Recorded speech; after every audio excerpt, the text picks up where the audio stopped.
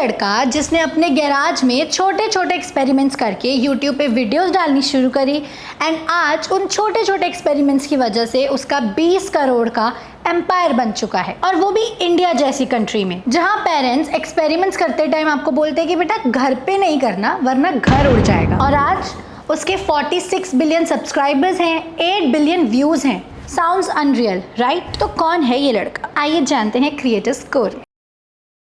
हाय everyone, welcome और welcome back to creator score. आज के वीडियो में हम डिकोड करने वाले हैं YouTube के असली हैकर के YouTube स्ट्रैटेजीज को। Mister Indian hacker Dilraj Singh Rawat. Dilraj Singh Rawat ने अपना YouTube चैनल 2012 में स्टार्ट किया था एंड उस वक्त उनके पास ना पैसे थे ना हाई एंड इक्विपमेंट, बस एक कैमरा था, जुगाड़ था एंड क्यूरियोसिटी का भंडार था। उनकी पहली वीडियोस के टॉपिक थे how to open lock without keys and iPhone 6 bend test. दोनों ही टॉपिक्स बहुत सिंपल थे, रिलेटेबल थे एंड इसीलिए स्टार्टिंग में ही उन्हें बहुत सारा अटेंशन मिल गया था। लेकिन दिलराज की जर्नी इतनी इजी नहीं थी। एक लिक्विड नाइट्रोजन एक्सपेरिमेंट के दौरान उनके हाथ में गंभीर चोट लग गई थी। बहुत क्रिएटर्स इसी टाइम पे गिव अप करने की सोचते हैं, लेकिन दिलराज ने ऐसा नहीं सोचा। उन्होंने सोचा कि वो कंटेंट क्रिएशन को नहीं छोड़ेंगे लेकिन सेफ्टी पर और ज्यादा ध्यान देंगे। उनकी पहली यूट्यूब अर्निंग 2016 में आई थी, दैट वाज 10,000 रुपीज, मतलब 4 साल की मेहनत के बाद एक मॉडेस्ट अमाउंट। एंड वही 10,000 रुपीज उनके लिए एक प्रूफ थे कि उनका सपना सच हो सकता है। एंड दिलराज की ये 4 साल की मेहनत के बाद वाले फल से हमें क्या सीखना चाहिए? Patience and long term vision के बिना यूट्यूब ग्रोथ इम्पॉसिबल है। अक्सर आज के टाइम पे यूट्यूब क्रिएटर्स 10 to 15 वीडियोस डालने के बाद ये सोचते हैं कि व्यूज नहीं आ रहे हैं, कोई फायदा नहीं है कंटेंट बनाने का। जबकि दिलराज ने 4 साल तक बिना किसी सॉलिड इनकम के यूट्यूब वीडियोस पे अपनी कंसिस्टेंसी मेंटेन करके रखी। दिलराज के कंटेंट का असली टर्निंग पॉइंट तब आया जब उसने अपने एक्सपेरिमेंट्स को बिगर एंड क्रेजियर प्रोजेक्ट्स में ट्रांसफॉर्म कर दिया। सिंपल हैक से लेके underground swimming pool, human electricity generator, UFO cars and massive RC cars तक हर वीडियो एक ब्लॉकबस्टर आइडिया लगती थी। एंड यही नोवेल्टी उसके ग्रोथ का एक कोर इंजन था। ऑडियंस को हर बार कुछ नया एंड अनप्रिडिक्टेबल देखने को मिलता था एंड यूट्यूब ग्रोथ का सबसे बड़ा फॉर्मूला ही यही है, वॉच टाइम मैक्सिमाइज करना बाय पिकिंग क्यूरियोसिटी। एंड उनके स्टैट्स भी ये क्लियरली शो करते हैं कि उनकी ये स्ट्रैटेजी एकदम हिट रही। उसका average monthly views 4.5 million views के आसपास है एंड पीक व्यूज 10.2 मिलियन तक गया है। मतलब एक इंडिविजुअल क्रिएटर ने इतने व्यूज जनरेट किए जो एक इंडियन टीवी शो को भी टक्कर दे सकता है। एंड कंसिस्टेंसी उसके ग्रोथ का दूसरा सीक्रेट था। आज तक उसने 1100 प्लस वीडियोस पब्लिश किए हैं, जिसमें से पिछले 2 साल में उसने 200 वीडियोस के आसपास अपलोडिंग्स की हैं। मतलब एवरेज एक वीडियो पर वीक। अक्सर क्रिएटर्स में एक बहुत बड़ी प्रॉब्लम होती है कि या तो वो अपने यूट्यूब पर ओवर अपलोड कर देते हैं,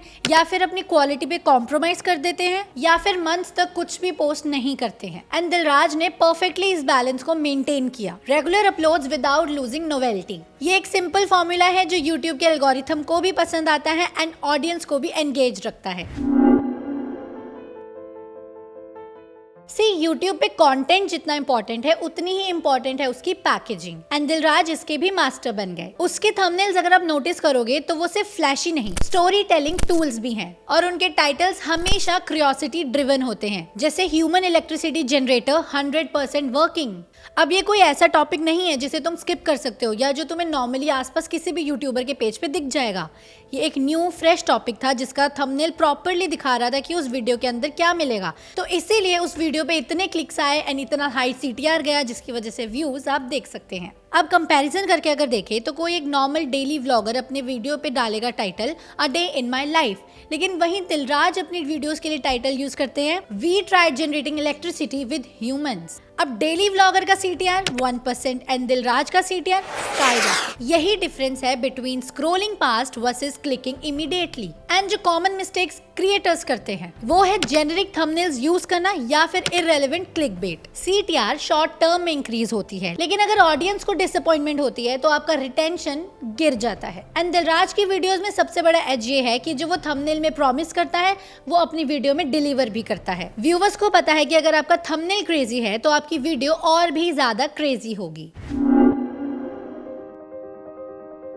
दिलराज का एक बहुत बड़ा मास्टर स्ट्रोक था अपने एक्सपेरिमेंट्स को सिर्फ वीडियोस तक लिमिटेड ना रखना, बल्कि उन्हें community events and mega projects में ट्रांसफॉर्म कर देना। मतलब हर न्यू एक्सपेरिमेंट को एक ऐसे स्केल पर लेकर जाना कि ऑडियंस को लगे कि वो भी उस जर्नी में आपके साथ हैं एंड उसका पार्ट भी हैं। सीक्रेट अंडरग्राउंड स्विमिंग पूल हो या रॉकेट लॉन्चिंग अटेम्प्ट्स या फिर जायंट आरसी व्हीकल्स, हर प्रोजेक्ट एक इवेंट बन जाता है, ना कि सिर्फ एक प्रोजेक्ट। ऑडियंस को लगता है कि वो कोई वीडियो नहीं, एक रियलिटी शो देख रहे हैं जिसमें हर एपिसोड में स्टेक्स और बड़े होते जा रहे हैं। बस यही रीजन है कि उनकी वीडियोस का रिटेंशन रेट हाई रहा एंड बिंज वॉचिंग ट्रिगर हुई एंड यूट्यूब के स्टैट्स भी इसको सपोर्ट करते हैं। उसके एवरेज व्यूज पर वीडियो मल्टीपल व्यूज तक रीच करते हैं and engagement rate around 4.17% maintain होता है, जो यूट्यूब के कॉम्पिटिटिव नीश में गुड कैटेगरी में माना जाता है। अब इन सब में तुम्हारे जैसे और मेरे जैसे क्रिएटर्स के लिए क्या बड़ा लेसन है। अगर आप चाहते हो कि आपकी ऑडियंस लॉन्ग टर्म तक आपके साथ बनी रहे तो कंटेंट को सिर्फ एक इन्फॉर्मेशन से ज्यादा उसे एक एक्सपीरियंस बनाओ। बस यही रीजन है कि दिलराज की ऑडियंस उसके लॉयल फैंस में कन्वर्ट हुई एंड वो उसे एक यूट्यूबर से ज्यादा एक मूवमेंट का लीडर भी मानते हैं। एंड नाउ जो कॉमन मिस्टेक्स क्रिएटर्स करते हैं वो अपना कंटेंट सिर्फ एक ही फॉर्मेट में अटका देते हैं। दिलराज ने उस फॉर्मेट को ही तोड़ दिया। कभी मैसिव बिल्ड्स, कभी डेंजरस चैलेंजेस एंड कभी क्रेजी व्हाट इफ एक्सपेरिमेंट्स। ये वैरायटी ही उसकी यूएसपी बन गई। आज की डेट में मिस्टर इंडियन हैकर सिर्फ एक कंटेंट क्रिएटर नहीं है, वो एक डिजिटल एंटरप्रेन्योर बन चुके हैं। उनका एस्टिमेटेड नेटवर्थ लगभग 20 करोड़ है एंड ये पैसा सिर्फ यूट्यूब एडसेंस से नहीं आता। एडसेंस तो एक रेवेन्यू स्ट्रीम है, लेकिन असली मैजिक तब होता है जब क्रिएटर अपने कंटेंट को मल्टीपल अर्निंग सोर्स से मोनेटाइज करता है। एंड दिलराज के इनकम के मेजर पिलर्स हैं यूट्यूब एडसेंस, रेगुलर अपलोडिंग की वजह से consistent revenue, sponsorships and paid promotion. Brands के लिए उसका रीच एक ड्रीम कम ट्रू है क्योंकि 46 million subscribers equals to massive exposure. Side channels जैसे मिस्टर इंडियन हैकर शॉर्ट्स जिसपे 18 मिलियन प्लस सब्सक्राइबर्स हैं, Dilraj Singh and mister titanium जो एडिशनल रेवेन्यू फनल्स क्रिएट करते हैं।